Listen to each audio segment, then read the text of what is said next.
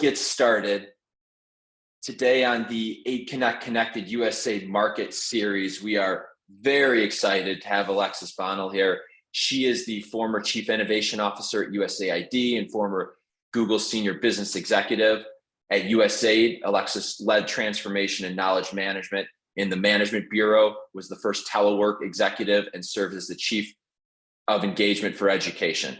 She co-founded the U.S. Global Development Lab at USAID, one of the premier innovation labs in government, and she served as the Chief of Applied Innovation Acceleration, tackling critical challenge of innovation, adoption, and institutionalization.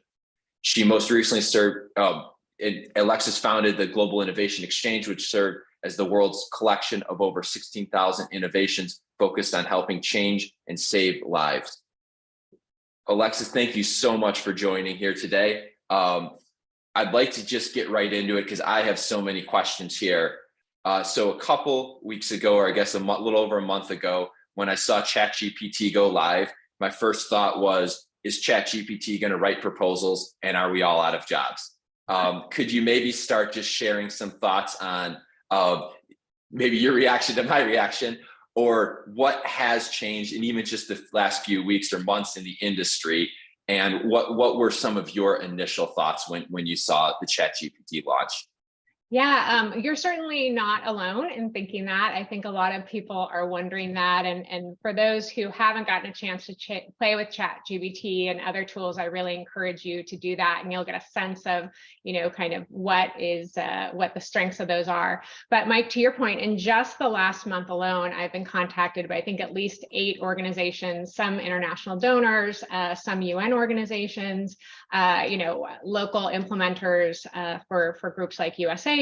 And the question is, please help us understand what AI is, what types of principles we should have. And so I think the pendulum, if you will, is shifting to organizations realizing this is something they want to start to understand how to harness, how to do it with intention. And I think the answer to your question of will we be out of a job? No, but the role will change, right? Much like our relationship as a human, humankind has changed with information. I think what we're seeing is really the latest iteration of that. And what I mean very specifically is that people who were great proposal writers or content producers, the percentage of time might shift, specifically from creation, right, or origination to more curation, right, or the application of discernment. And I think it will also be interesting in the sense of how it might level the playing field between, traditionally really great, amazing advanced capture teams and local organizations, right? Not only from a language standpoint, but because large language models will democratize more accessibility to best practices, policies, other things that, and the pressure on us is going to be, how do we compile it, differently? Or what is our point of view or spin or unique perspective that we're adding to this collection of information? So maybe let's go back a step then. And can you share what is ChatGPT and what is AI? I think these are terms that we're very familiar with, but I think these conversations are very useful to go back to, kind of cutting through the buzzwords and the rhetoric and going back to the basic of it. What do we mean when we're talking about, when we say ChatGPT or AI? Sure. And I promise this is going to be the only, for lack of a better term, kind of wonk talk, but I do think it's helpful for people to understand. The other thing is there's probably lots of people tuning in who are also experts in these areas. And so I'm going to give you kind of Alexis's way of thinking about this. There, like any definition in development or any other industry, there's always some debate, but I'll share with you kind of my relationship and the way I think about these. So the first is, of course, AI stands for artificial intelligence. And what that really means is it refers to the ability for machines or computer systems to perform tasks that have typically and historically required human intelligence. So things like learning, problem solving, decision making, understanding language. And those can really, that AI, system can really be divided into 3 types. And I think about these based on the way that we control the information and the productivity of the machine. So the first type is rule-based systems. And in that sense, we're using a set of pre-programmed rules to make decisions or provide recommendations on input data. This is what your classic, dashboards, reporting systems, often process automation looks like. And Mike, I like to use the example that this is kind of like a swaddled baby, meaning we kind of help determine what nourishment the baby gets, and we also are constraining, quite frankly, what the baby can do, right? And so it's a much more controlled relationship with information. The second type is machine learning. And so there you're talking about algorithms, statistical models to learn from the data and to improve the performance of it over time. So again, the mom in me says, well, that's kind of like a baby in a playpen, right? So again, a controlled environment, but a little bit of opportunity for the computer to flex, if you will, and to bring in new value. The third is probably what we'll talk about more today, and these are deep learning systems. And typically they use neural networks with multiple layers, a lot of complexity to recognize patterns, images, speech, compile information. And so for me, again, the mom in me likes to say, that's kind of like when I supervise my son on the playground, right? So I'm still there. We're learning together. I'm controlling the general interaction, but there's a lot more stimulus, a lot more information at play.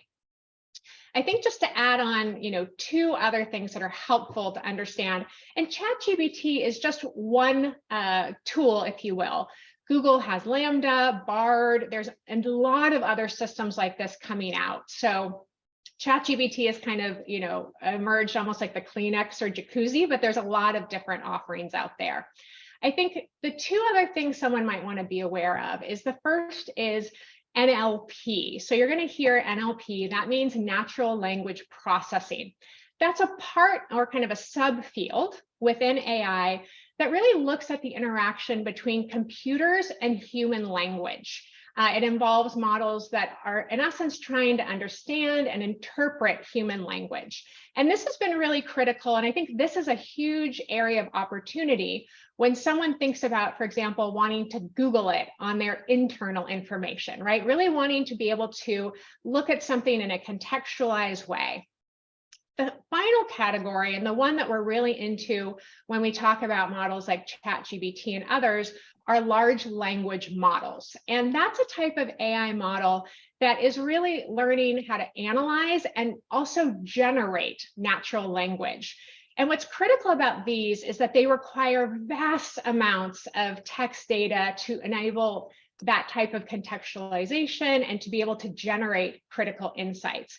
And we can talk a little bit about, where the benefits and drawbacks are, but those are really the types of technologies that we're talking about today. And I know that was a lot. I promise it will be the last kind of wonky thing that we get into.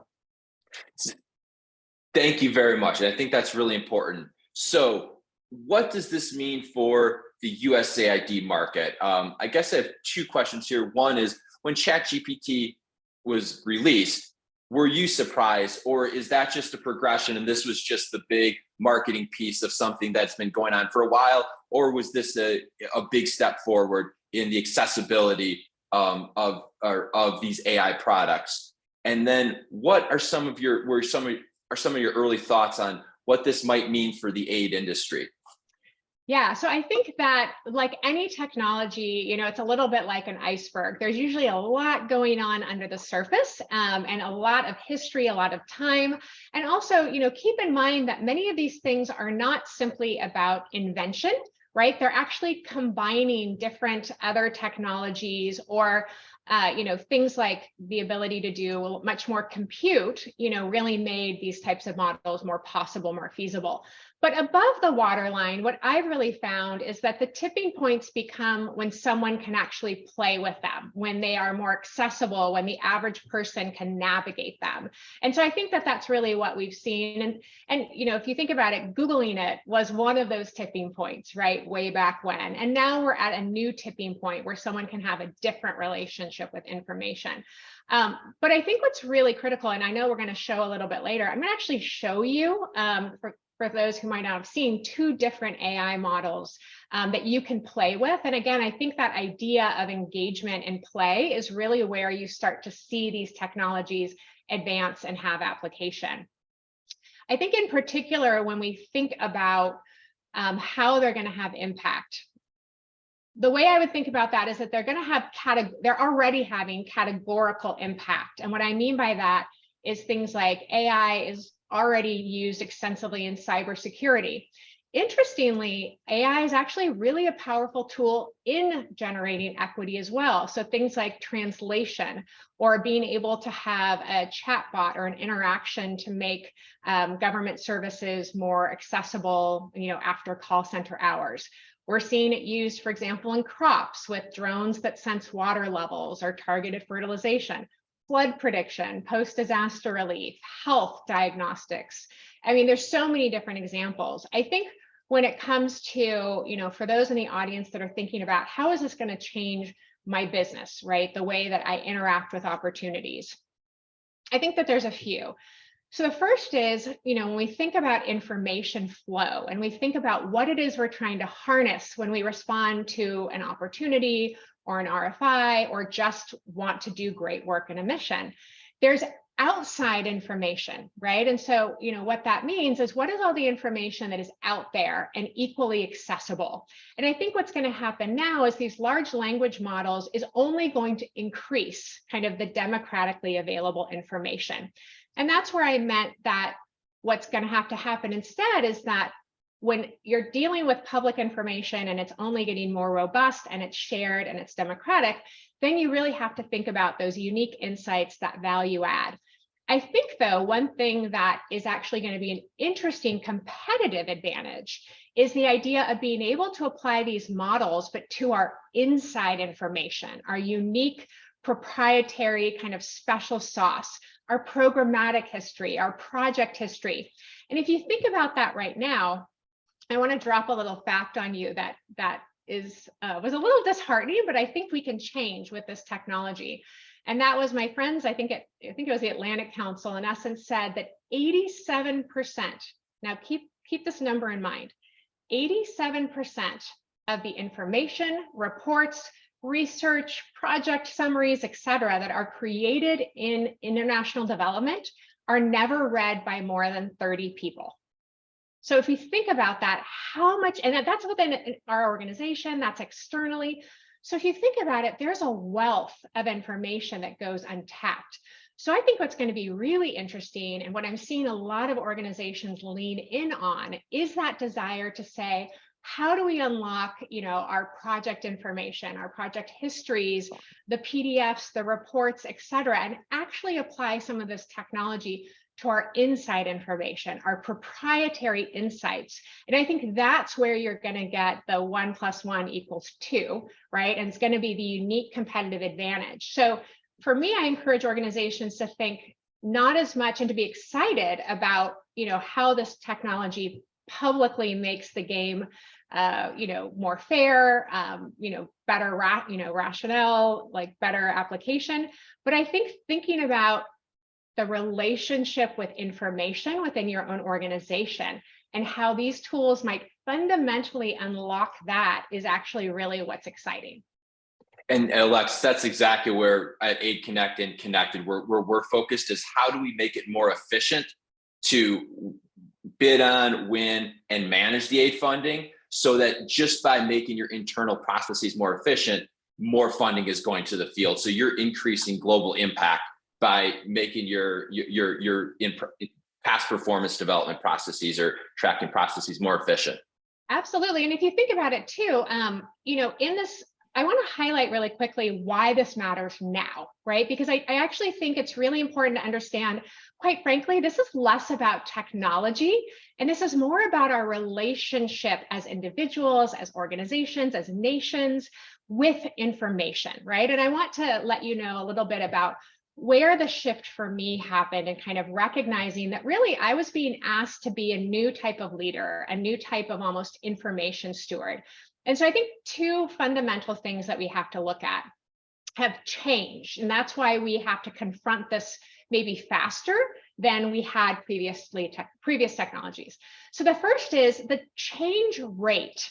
And I mean, in every industry, every place, in every practice, has changed exponentially. And so what I mean by that is prior to COVID, especially, the rate of adaptation or change in a given sector, in a program, in a policy, in a budget, that would tend to have a 5 to 15-year change cycle, right? And so if you think about that, we were constantly changing, but there wasn't that feeling of every day in your face there's something new, right? Or there's some type of change.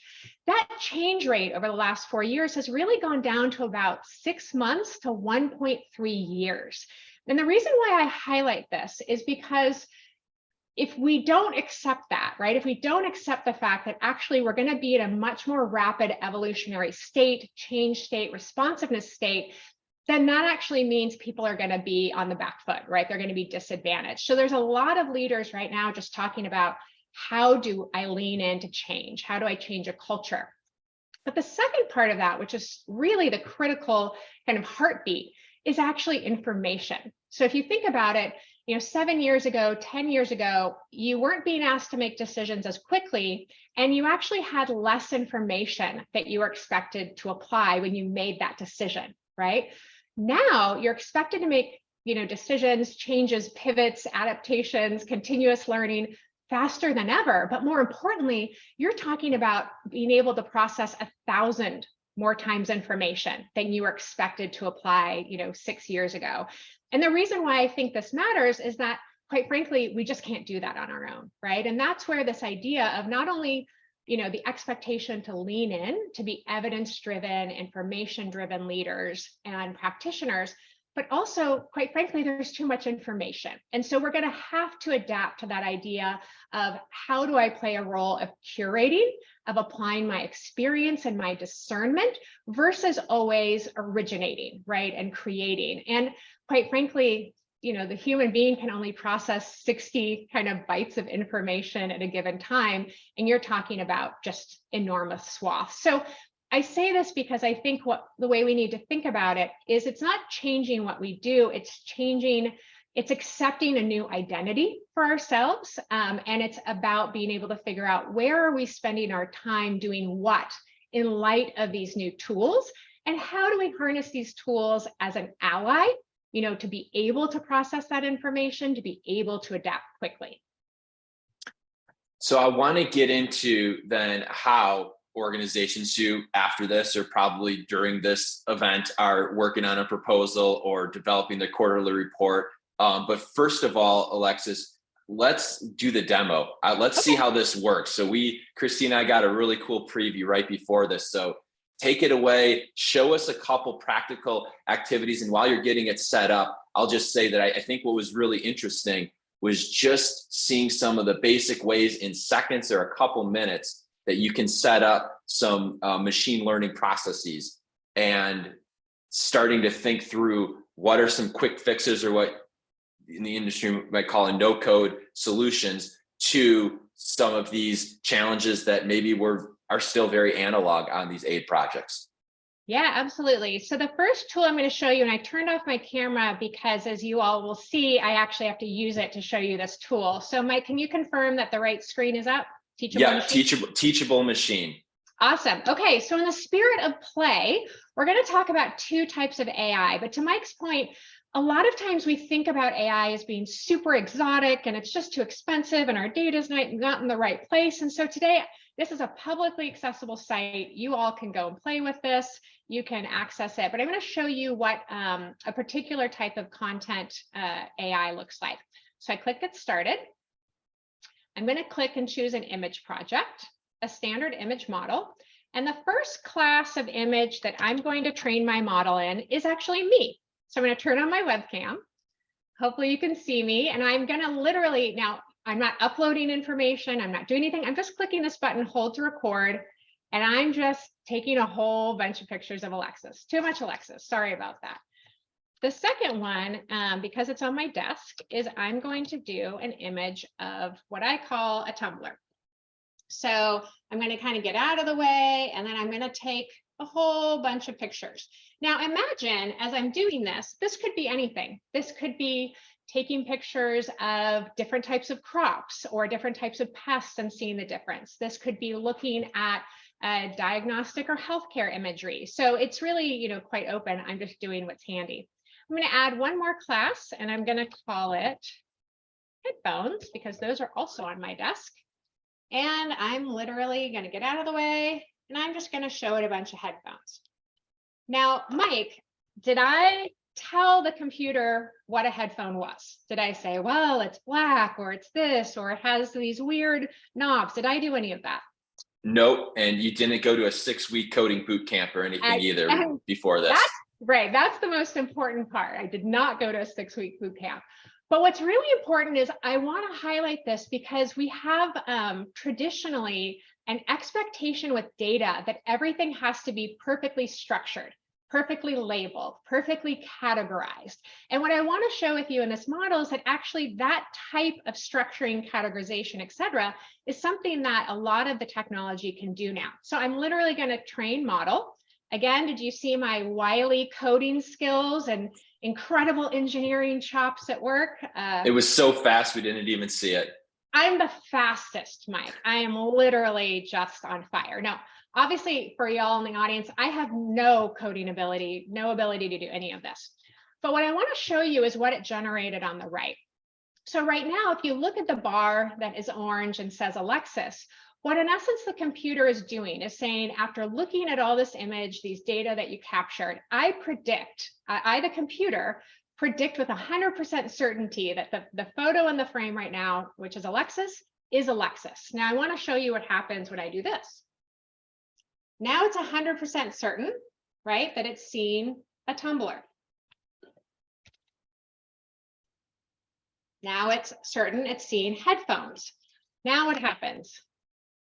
Maybe it's seeing Alexis, maybe it's seeing a tumbler, maybe I'm not sure, right? And what you're seeing on the bottom of these bars is what we call the confidence factor. And so when you use a tool like AI, what you're really looking for is how confident am I that what the AI is telling me is true and accurate. And so, but what I really want you to understand too is that, like, I did this in 2 minutes, no coding, you can do the same. But a lot of times we have questions about accountability or transparency. So with this tool, you can actually click on export the model, and you can see the exact code that was written, right? You can, give that, you can actually see it in a bunch of tools, you can download it, you can upload it, you can contribute it to GitHub. So again, sometimes we have these things where people will say, well, it's completely unexplainable, or it's a black box. And a lot of the tools that are created now are actually, you're able to see what's going on. So this is kind of tool number one. This is great for audio, images, and movement. So again, this is a really great tool. I encourage you to play with it. So I'm going to go ahead and show you ChatGPT. And some of you may already have lots of experience with this, but let me go ahead. I can turn my video on, hopefully, in the meantime. Let me just get an X out of a couple things. Okay. Yeah, that was interesting how quick that was. And after the ChatGPT demo, because I think many people probably know it, but haven't actually seen it work. I think it'll be interesting to then get some thoughts on, what types of USAID projects and processes can be accelerated or streamlined using something that any staff member around the world can set up in a couple minutes. Absolutely. So now I'm going to show you, for example, the things I've been liking to ask ChatGPT. So I'm going to share a screen again. Let's see if I'm going to make sure I'm getting the right screen. Okay, I think. Oh, hold on, let me change one thing. Sorry, y'all, you got to be smarter than the technology. Okay. I think we should be good. Let me share. Is the kind of blank open ChatGPT screen up, Mike? Yes. Okay, so I'm just going to put at the bottom a question that I have. I wanted to review the United States Agency for International Development over the last 5 years. And actually, I'm going to just show you some of the things I've asked it before. It'll be easier. So let's go up to some of these questions. And again, these are just the frames I put in. So first question, why is localization important in international development? So I pose that question, and here are 4 really great answers, right, around why localization matters. Another question, And this is a really interesting one, right? Review the United States Agency for International Development budget over the last 5 years and indicate which budget areas are growing or new and which are declining or shrinking, right? So if I was a leader and I wanted to know, do I need to staff up my health, practice? Do I need to potentially, think about other types of resource shifts? Literally in about 2 seconds, right? This was created. Another thing when it comes to practice, what are the most practical ways to increase connectivity to people in rural Africa? I think there's an interesting opportunity on the street right now, right? And so this idea of how one might respond, and again, the point may be, maybe none of this is new to you, right? But what you're able to see is, well, here are some basic elements, and we should be able to go above and beyond on our point of view. Another interesting one when we're seeing a lot of economic growth, what are barriers to engaging women in business in Egypt? And my point isn't that these answers are always right, or comprehensive, but they really do give you a place. Sometimes I'll see something in an answer where I'm like, wow, I wouldn't have thought of that, or that wasn't front of mind. Very quickly, what are the top 10 vendors to USAID? Describe USAID's role in global cybersecurity. This one was really interesting. Top 10 ways to digitize education. Again, quite frankly, I used to be in the Office of Education in USAID, and some of these I wouldn't have thought about when asked. And then there's a lot more, but in essence, all you have to do, and Mike, give me a question. We're going to add one to the bottom here. How can my organization start working with USAID? Yeah. Let's see.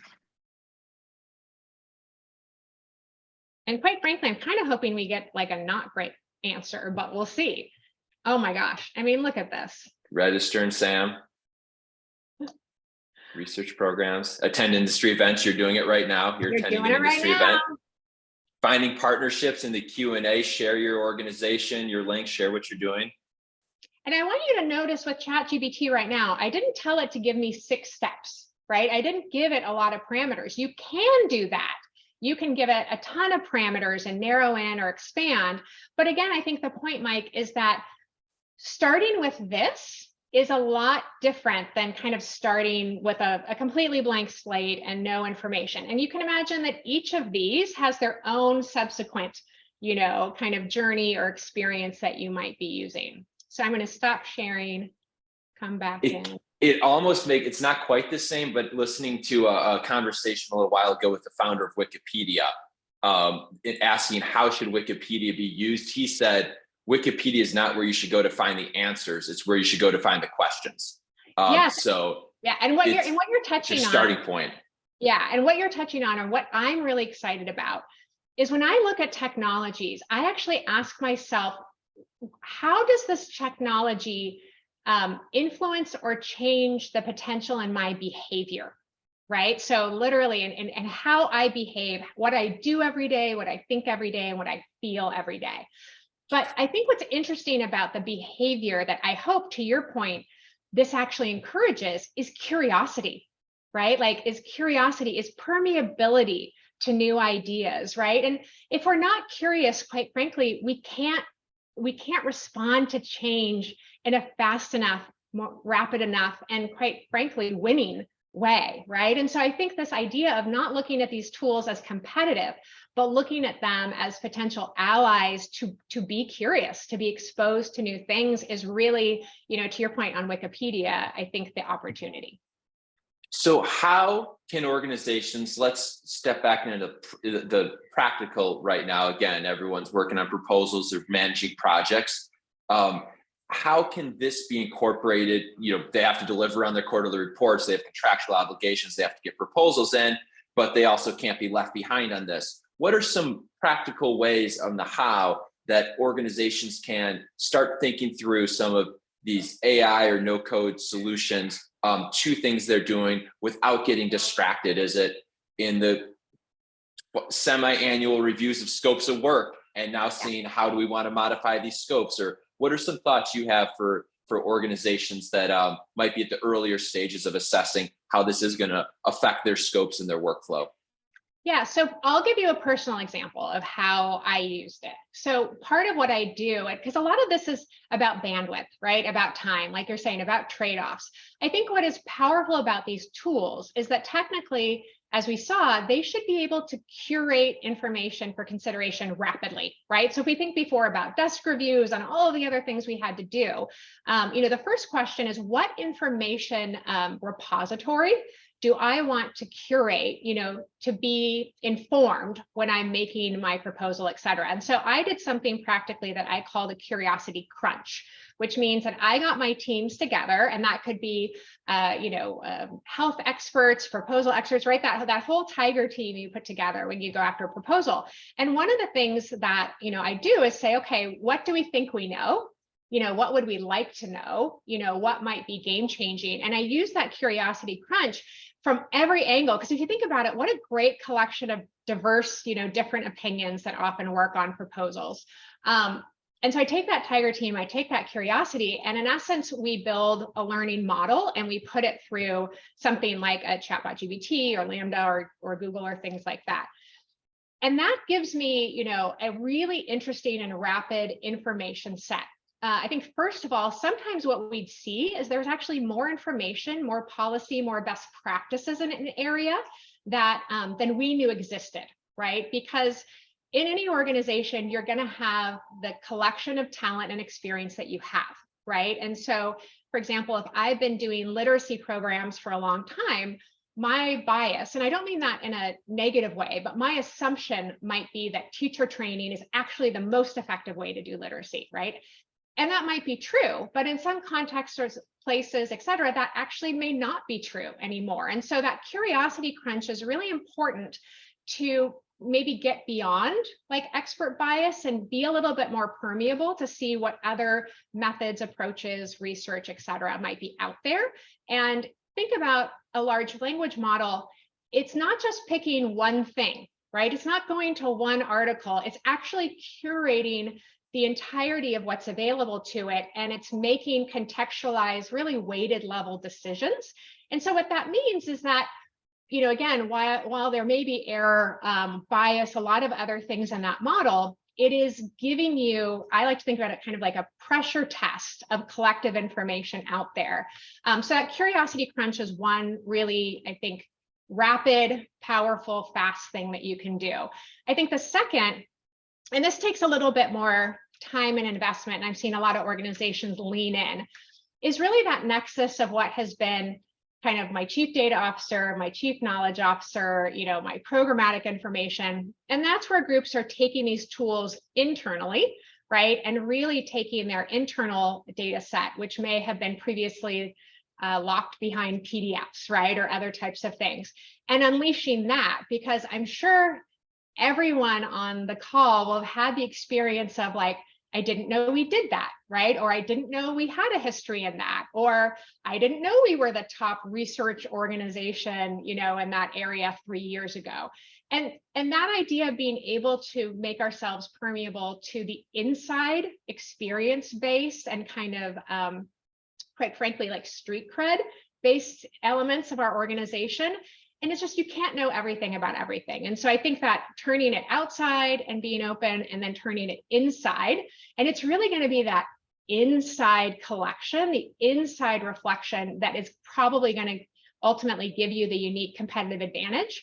But quite frankly, most organizations don't know how to bring that together in a way that makes curiosity easy, right? And this is really the goal, that these tools should make curiosity and permeability easier than it has been historically. I like that. So where is this conversation at now, both within USAID and at the USAID partners? So I'm not at USAID, so I will not say what they're thinking, but I will say that there are some amazing people there. And I think a lot of people don't actually know the deep history that USAID and the different leaders and the different teams actually have in AI. Before I even left USAID many years ago, we had already done, I think, 22 different AI projects. USAID has, incredible documents on AI principles, approaches, and all of, digital strategies, blockchain, et cetera. So I think the first is, people often assume, and it's not just about USAID, but donors generally, that there is not the appetite or the sophistication, right? And while I'm sure any donor is going to tell you we're constantly learning, right? And artificial intelligence is a learning tool. You should not use it if you don't intend to learn with it, right? And to pivot with it. But I actually, encourage folks, if you haven't already seen the incredible amount of documents, insights, criteria, principles, et cetera, that USAID has been really thoughtful to put out, and not just aid, but on the UK side, Canadian, Australian, MacArthur, Gates Foundation, many others, really do start there. I think that being said, the reality is because of that overwhelming amount of information that's out there, we're only going to need to become more efficient with how we process it. And I'll give you two great examples that I'm excited about. The first is when you talk about, the more talk you have about systems, ecosystems, these types of larger intentional changes, the more you're talking about complex layered information, right? So one example of that might be climate. If you think about it, traditionally, climate has been approached in often like I deal with fires, right? Or I deal with drought, or there's floods. What we're able to do now with information is to layer and add contextualization to that and be curious in ways that we just couldn't do 4 years ago, 5 years ago. Similarly with social equity, right? We can overlay equity information and actually ask those questions and be curious in ways that we couldn't before.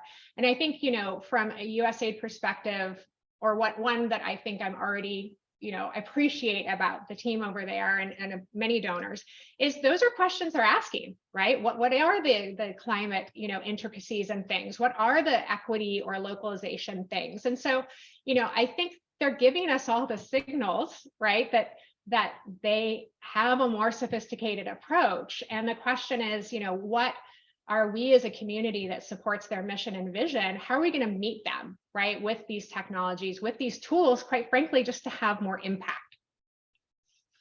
So we are having some good questions come in. We'll kind of go back and forth because, Alexis, I got a lot more questions I want to get to you on. And I think I just already know we're not going to have enough time on this. So it'd be wonderful to have you back on a future episode. Let's touch on a little bit some of the limits. So there's a couple questions on here on what are the limits of ChatGPT? When it does 1 + 1, it's not actually calculating, as I understand, 1 + 1, it's doing a research. And if most people say 1 + 1 = 3, that might come up. So what are some limits there? Is there one specific question? Is there a certain date that some information doesn't go back before? And then we have another question on just the inherent biases. So you're pulling from information that was developed by people with biases. So I'd imagine some of that bias would then come through. Do you have any thoughts to share on those limitations of the technology or things to be aware of?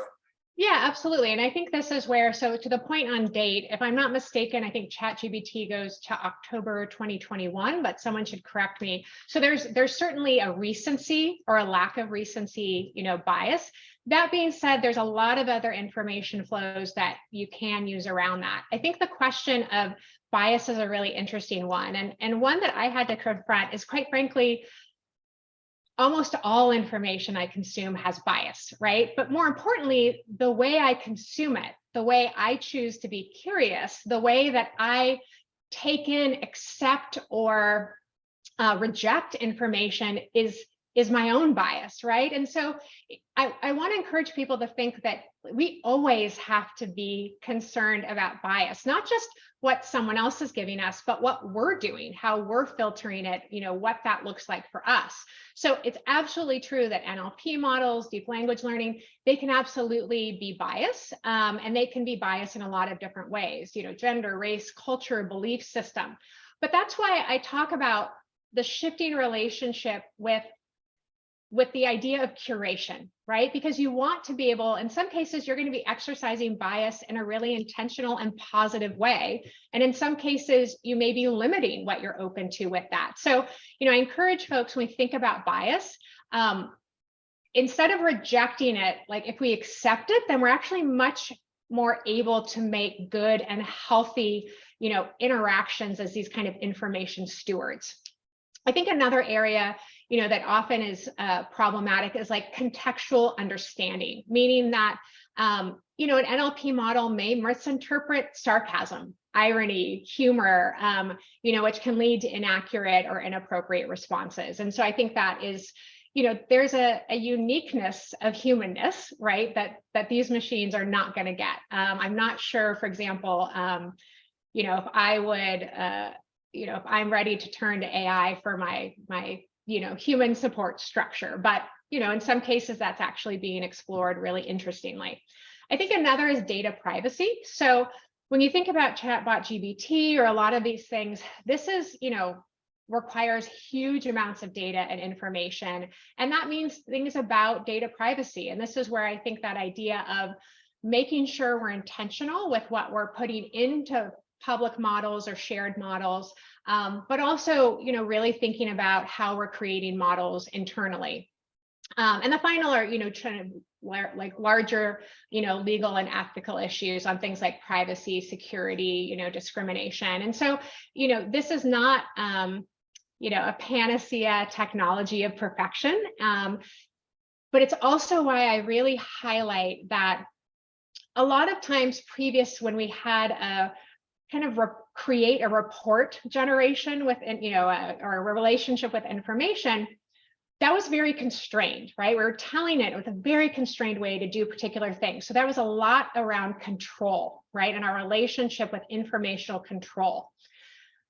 Now we're really in an age of information catalyzation, right? And so what that means is that we have to be intentional about when and how is it appropriate, to be exercising control. What I would say is that generally speaking, my experience has been, I'm sure many of us have been in the room. It's one of the reasons actually I went to Google from USAID, because there was so often that I was in the room and there was some exciting momentum on something and someone's asked really good questions. They said things like, what about security? What about privacy? What about bias? And those are really good questions, but Mike, they have answers, right? There's like 16 million different ways to deal with a security concern. There's a lot of ways to deal with privacy concern. As an example, there's something called fully homomorphic data, where you actually have a data set that's encrypted, another data set that's encrypted. They're never unlocked, but they can still be run against each other for insights, right? So I encourage people who are watching to not just fall back on what about privacy, security, et cetera, like understand that there are solutions to those things based on how you want to be intentional to learn these tools. So with that, let's get into some more of what could this mean for USAID project implementation? And really at the end of the day, that's what we're doing here. And I think that's I really like that approach, Alexis, is finding solutions, not find 10 reasons that we shouldn't look at this or this isn't going to work, but now your job is to find the solutions to protect the beneficiaries. And it's almost a responsibility to use these tools in a productive way to increase the impact that we're delivering on the USAID programming. Could you share some thoughts? And I know we talked specifically about, the Ukraine reconstruction, but some of the other project implementation tasks of USAID programs and ways that our audience here can start thinking through how they can start using these tools.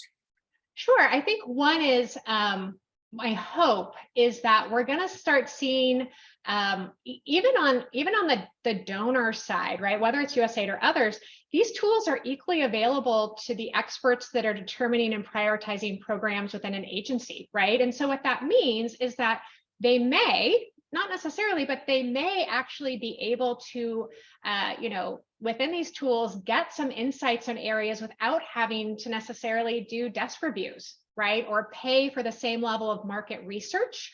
And I think what you might see again is that may facilitate faster progression and pivoting in programs, right? Because you're able to have more access, again, collectively to the information that should be shaping programmatic priorities. So, as an example, there may already be, if you're thinking about an environmental program, you may find through these types of tools that actually there are 3 things that are very similar to what I was thinking about doing. And that might change the idea of, well, do I want to create a partnership, right? Versus this kind of technology or project from scratch. So I think we'll all have an opportunity to make, better informed decisions. I think there's areas as well, to your point on Ukraine, where, when you talk about generative models, think about the fact that this is the first time that hopefully, when this war ends and this conflict is over, people are already starting to think about, what does the future reconstruction of Ukraine look like? Not just in the sense of how might a health system be different, et cetera, but now you have, the ability to do what we call digital twinning of a nation. And so being able to say, when we reconstruct, should a port actually go in the same place? Should this area actually still be growing the same type of food, or is this an opportunity to pivot? Should this health clinic actually, go in this location, or should it have a multivariant purpose, beyond just that? So I think this idea of being able to lean in, to scenario play, to be curious, to weigh pros and cons in a much faster, much more informed manner is going to be really interesting. I mean, there's even generative AI where you could, you can easily create, a vision of what that might look like without the same level of, effort or toil that it took before. I think one that I'm most excited about, honestly, is how we're going to be able to harness what I call customer. Quite frankly, I don't call people beneficiaries. I don't like that term. I like to think about them as empowered customers with, great ideas for themselves, of which, USAID and philanthropic ventures help them realize that potential. But this idea of, being able to actually harness customer feedback, to understand things like sentiment, to have more dynamic back and forth, between, nations that we're trying to help, and to be able to see that type of those elements and have more of a two-way relationship. So I'll give you an example. In San Jose, one of the projects I really loved was they had, a lot of different benefits that were available for people. But they had a huge diaspora community. So communities that were Spanish speaking, Vietnamese speaking. And these were also, communities that sometimes were financially underserved. And so, call center hours in that government service was between 9 to 5. And quite frankly, a lot of people who need that type of support, weren't available and couldn't take off work during that 9 to 5 period to participate. And so by being able to turn on a chat bot, right, or automate a process, not only, and to be able to add in language translation, not only were these groups who had previously really hadn't had access to the information because it wasn't in their language, but then also could interact with the potential benefit or value, in hours that they could afford to, right, which were after hours, was completely game changing to unlocking all of that value to an entire group of people who really had been left out. And so I say that this idea of customer intimacy and feedback, I think, is going to be something that is the next, for me, I hope, the next iteration of localization, right? Really finding out what that woman wants and needs. And I think these technologies will play critical roles. The final thing, I'll give you 2 other examples. There's a lot right now happening in personalized education, personalized health, right? So we have something like called AI Tutor, where literally being able to take a student on a journey, meet them where they're at, help them, when they are passionate about something, go further, right, than the current education set. This is absolutely the future. It's very similar in health personalization. And so I think, donors and philanthropy generally are really going to be asked to meet this age of personalization in a way that, we haven't necessarily historically done. And the final one, I think, where this is going to make a big difference is going to be in monitoring and evaluation, right? So again, that idea of being able to have a more real-time, data-driven approach, and to be able to contextualize that, I think will be, a potential fundamental game changer over the next 10 years. and I'm thinking back to the Ukraine example. So I was a Peace Corps volunteer in Eastern Ukraine, and everything there, almost everything there in the towns that I lived in and my friends were, was very heavy central planning with almost no feedback.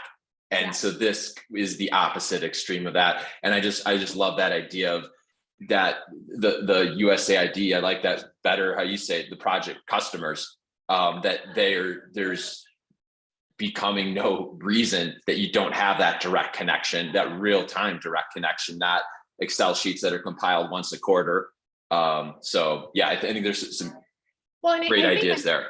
And I think too, like giving a shout out to AID. I mean, so, to Chris Burns and historically Priya and all of the team over there, they were fighting for things like, the relevance of mobile phones more than a decade ago, right? I mean, there really are people at USAID who are like, we think this matters. And, at the time when you're introducing these tools, it can feel lonely, right? Because a lot of the rest of the agency don't get it, or it's a little farther on the horizon, but I would really encourage people to, to understand that my experience within USAID and with some of the amazing teams that are there really is bandwidth put to looking forward and to understanding these things. And so just because they don't always come out perfectly in a RFI or an RFP, people will often say, well, there's no appetite for that.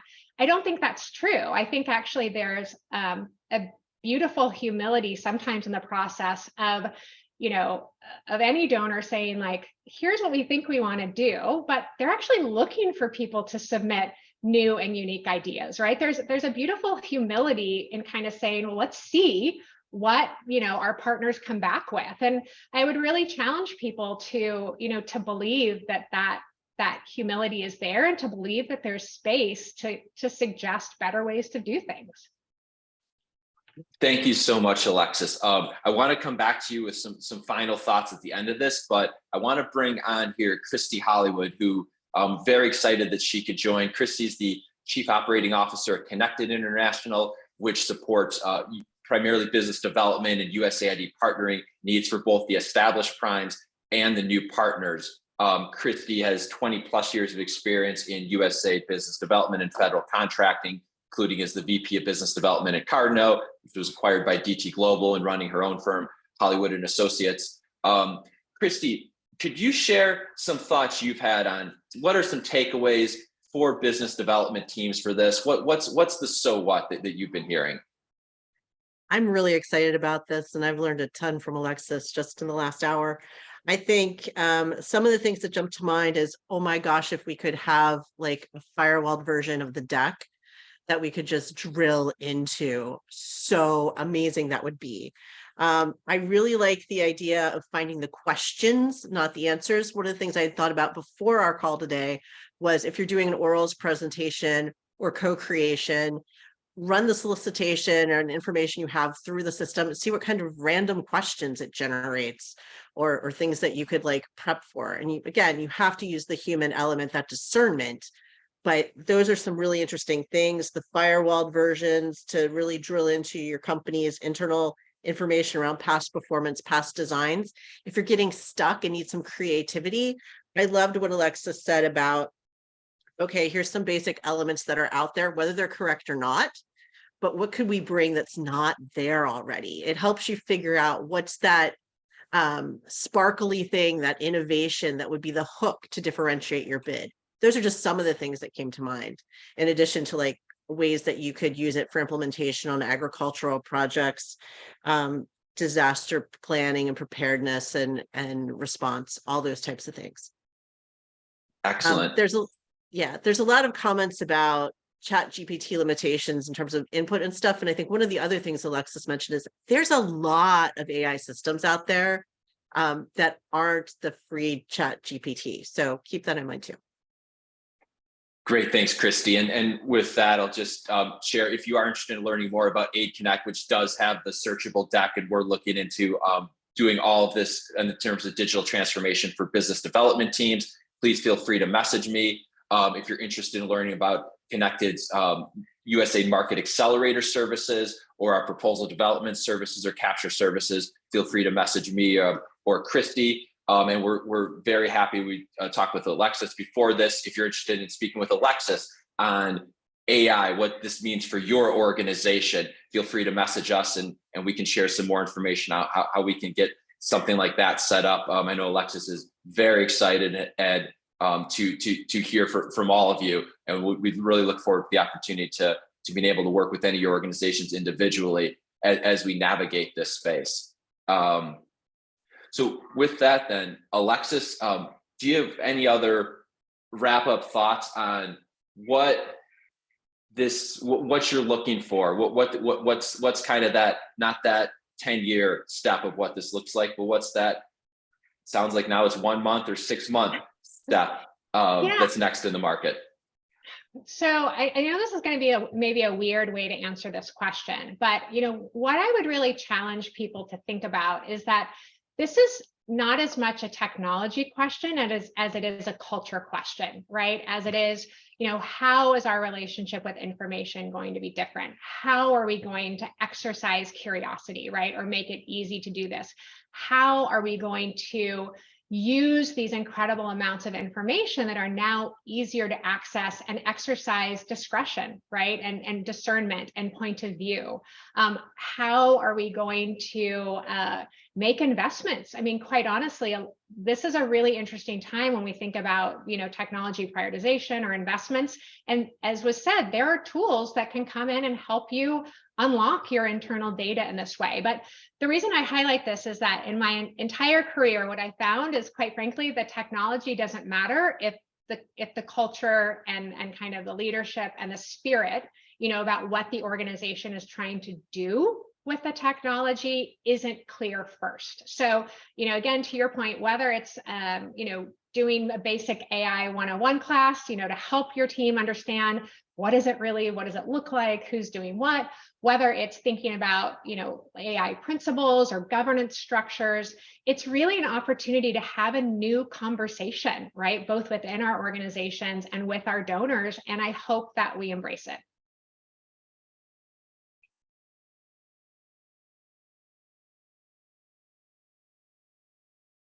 So I think you're muted, Mike. Thank you. I'll put our contact information in there. Feel free to reach out. Alexis, thank you so much for this insight. We really appreciate this, and it would be great to kind of check back in a little bit as this conversation evolves very quickly. So Alexis and Christy, thank you very much for your time. For everyone else out there, please message me with what you want to hear on future episodes. We host this event